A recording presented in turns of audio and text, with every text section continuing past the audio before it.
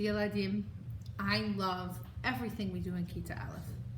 I love learning to teach you how to read. I love doing Yivrit. I especially love Tefillah. But if I had to pick my favorite thing to do with the Yeladim, I think I would say Parashat. And right now, I'm going to teach you the last Parashat we're going to learn in first grade. And I want you to know that doesn't ever mean that this is our last chance to learn Torah together. And Yirtzeh Hashem, when you get older, I'll teach you again in 6th grade, or maybe you'll see me at an oneg, and we'll have time to learn Torah together. But I hope that this is not the end of us learning Torah together. But it's definitely not the end of you learning Torah. It's just the beginning. As you continue your time at Katzel Day School, and for Elliot, your time in Israel, this will be your opportunity to continue learning Torah. You've been given all the tools this year. You know how to read. You know how to open up a Siddur and read. You'll know how to open up a Torah and read, a Chumash and read. And so that is your first step onto your journey of learning Torah. You've learned so many things like the names of the books of the Torah and the Parshiot. And you've learned all the characters in the Torah, especially Sefer Bereshit and Sefer Shemot. And I'm just so proud of you and all the effort you put in. And let's not look at this as the end of your road of learning Torah, but just your beginning. I'm so proud of each one of you. Parashat Hashavua, Parashat Hashavua, Naso, Naso. Parashat Hashavua, Parashat Hashavua, Naso, Naso. When the Jewish people were in the Midbar, they were set up in 3 camps. In one camp was the Mishkan, in the other Leviim, and in the third the rest of the Jewish people. Hashem did not want the people to think that the Shekhinah only dwelled in the Mishkan and not in other camps. Therefore, he told Moshe Rabbeinu to make an announcement. Any Jewish people who becomes impure or gets tsarat, a skin disease that came from speaking Lashon Hara, has to leave the camp, whether he is from the camp of the Leviim or from the camp of the rest of the Jewish people. In this way, the people knew that all the camps were holy, that the Shekhinah could be found everywhere. Therefore, a person who became Tameh had to leave. The camp of the Leviim was holier than the others because the Leviim served in the Beit HaMikdash. The camp of the Mishkan was even holier because the Aron and the Luchot were inside that camp. A story. One day Mordechai found a very expensive pen. He was thrilled with his find because he had been asking his parents for quite some time to get him just that pen.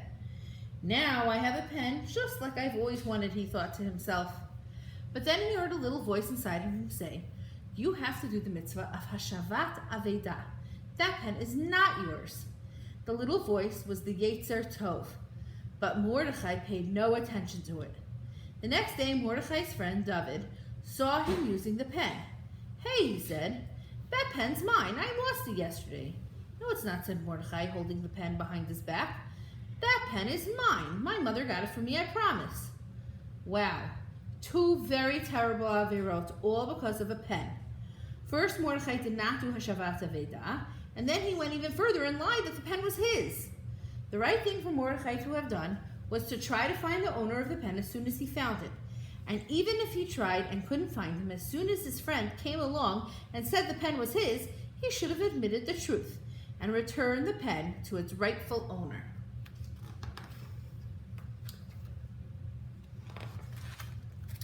If someone is over the age of bar mitzvah, takes something that doesn't belong to him or doesn't return money that was given to him to guard, he is obligated by the Torah to return the item or money along with another 20% of the value of the item. This is only if the person swore that the item or money belonged to him and later admitted the truth. In the times of the Beit HaMikdash, if the rightful owner of a stolen item died, the payment was given to his children or relatives. If the person did not have any family, the stolen item or money was given to the Kohen. This would happen most often with people who became Jewish. Since the rest of the family did not, it was considered as if they did not have a family. Money stolen from this person was called Gezel Hagar and given to the Kohen. Another thing that was given to the Kohen was called Meiser. The Torah obligates each person who owns a field that produces crop to give 1/10 of the crop to the Kohen. The word Meiser means 1/10. Hashem promised to bring bracha upon the field of a person who gives Meiser, and that he won't feel the loss. One who doesn't give it will not be richer. Hashem will make his field grow less because he did not fulfill this important mitzvah. There was a man whose field produced 1,000 bushels of produce every year. The man made sure to give 1/10, which is 100 bushels, to the Kohanim each year. Each year the man's field was blessed, and he and his family enjoyed the crop that grew in abundance. And so this happened for many, many years. When the man felt that he was nearing the end of his life, he summoned his son and he said to them, "I'm giving you my field, but please take care of it and do not forget to take Meiser." The man died a while later, and the son took over the field. The son planted, watered, and fertilized the soil just as he'd seen his father do. When it came time to harvest the crop that grew, he took off 100 bushels, just as his father directed him. The next year, when it was once again harvest time, the man thought to himself, "Why should I give so much of my crop to Meiser? This year I'm going to give only 90 bushels. I will leave over more for myself." And that's what he did. That year he gave only 90 bushels to the Kohanim. The next year, the man was surprised to find that his field produced only 900 bushels instead of the usual 1,000. The man was surprised. Why was his field suddenly producing less? And since he had less, he decided to give even less to Meiser. This time he gave only 80 bushels instead of 90. The following year became worse. What number do you think he got this year? The man's field produced much less crop, and as a result, the man gave a lot less than required to Meiser. And so it was for several years. Each year the field produced less and less crop, and the man gave less and less tzedakah. Until one year, the field produced only 100 bushels of crop altogether.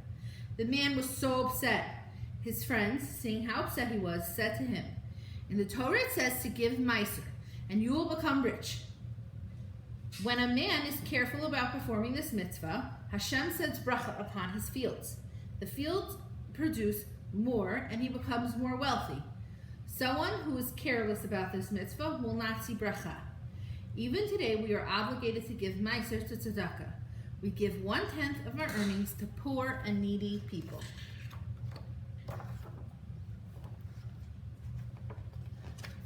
A Nazir. A man named Shmuel attended a wedding one evening. Sitting next to him was a man who was drinking lots of wine. One glass followed another, and soon that man was very drunk. He started acting wild and saying all kinds of things that were not very nice.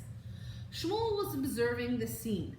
He thought to himself, "I promise from that today on I will not drink any wine." Shmuel undertook to become a Nazir. There are 3 things that a Nazir must not do. He cannot drink wine or vinegar, because both may cause a person to become confused. When a person's confused and mixed up, it is easier for him to do averot. A Nazir is not allowed to cut his hair. When a person cuts his hair and makes it look nice, the Yetzer Hara will try to get him to sin. The third being forbidden to a Nazir is to become impure through contact with a person who is dead. Because a Nazir is holy, he is not allowed to go into a cemetery or be in the same house as a dead person. In the time of the Beit HaMikdash, there were people who undertook a certain amount of time that they would be a Nazir. When the time was up, they would begin bringing korbanot into the Beit HaMikdash. After that, they would cut their hair and throw it into the fire that burned under the korbanot. Then their time of being a Nazir was up. Every year, during davening, the Kohanim blessed the people. Yivarechecha Hashem v'yishmerecha, Ya'er Hashem panav elecha, v'yichuneka, Yisa Hashem panav elecha, v'yasem lecha shalom. May Hashem bless you and guard you. May He illuminate His countenance upon you and give you charm. May Hashem raise His countenance to you and establish peace for you. It is a great privilege for the Kohanim that this powerful bracha for the Jewish people come out through them. They say the words of the bracha, and Hashem blesses the entire nation. There was once a Roman emperor who summoned one of his servants who lived far away to come to his palace. The servant arrived, and the emperor gave him a large sum of money as a gift. The servant was very happy and thankful. He began his journey back home. On the way, he was attacked by a gang of thieves who stole all his money. The servant had indeed received a fine gift from his master, but in the end, he was left with no money. Unlike this, when Hashem blesses us, he guards our bracha. As it says, may Hashem bless you and guard you. The second part of the bracha is, may he illuminate his countenance upon and give you charm. This means that Hashem will give us sons who are Talmidei Chachamim. They will learn Torah, which lights up the world. Hashem will also give us charm, so that we will find favor in the eyes of others. The third part of the bracha is, may Hashem raise his countenance for you and establish peace for you. Hashem will cancel bad decrees and not get angry with us, and we will live in peace. Hashem said, the Kohanim will bless the Jewish people, and I will fulfill their bracha and bless them and the rest of the nation. When Moshe Rabbeinu commanded the people to donate materials for building the Mishkan, the leaders of the Shvatim did not bring anything. They decided to wait until the end and see what was missing. Their plan was to bring anything that would be missing after the rest of the Jewish people brought the materials. The Jewish people, however, were so happy and eager to bring materials to use for the building of the Mishkan that they brought everything that could possibly be needed. When the leaders of the 12 Shvatim checked to see what was missing, they were so upset to find that the only thing missing was the stones for the Kohen Gadol's ephod, and this is what they brought. When the Mishkan was finally complete, the leaders rushed to be the first to bring gifts to the Mishkan. They brought 6 wagons, hauled by 12 oxen. The wagons carried the parts of the Mishkan when it was taken apart each time the Jewish people traveled. The Jewish people rejoiced when the Mishkan was finally set up and the avodah could begin. All the leaders wanted to bring korbanot on the new Mizbeach. Hashem said, let a different leader bring his korbanot each day. For the next 12 days, the leaders brought their korbanot, and everyone was very happy. Today we can only long to see the Beit HaMikdash rebuilt and to once again merit the privilege of bringing korbanot and singing praise to Hashem. Now, Yeladim, that was our last Parashat together, but may all your Torah learning continue to make Hashem, your parents, and your Morot so proud of you. Keep learning Torah.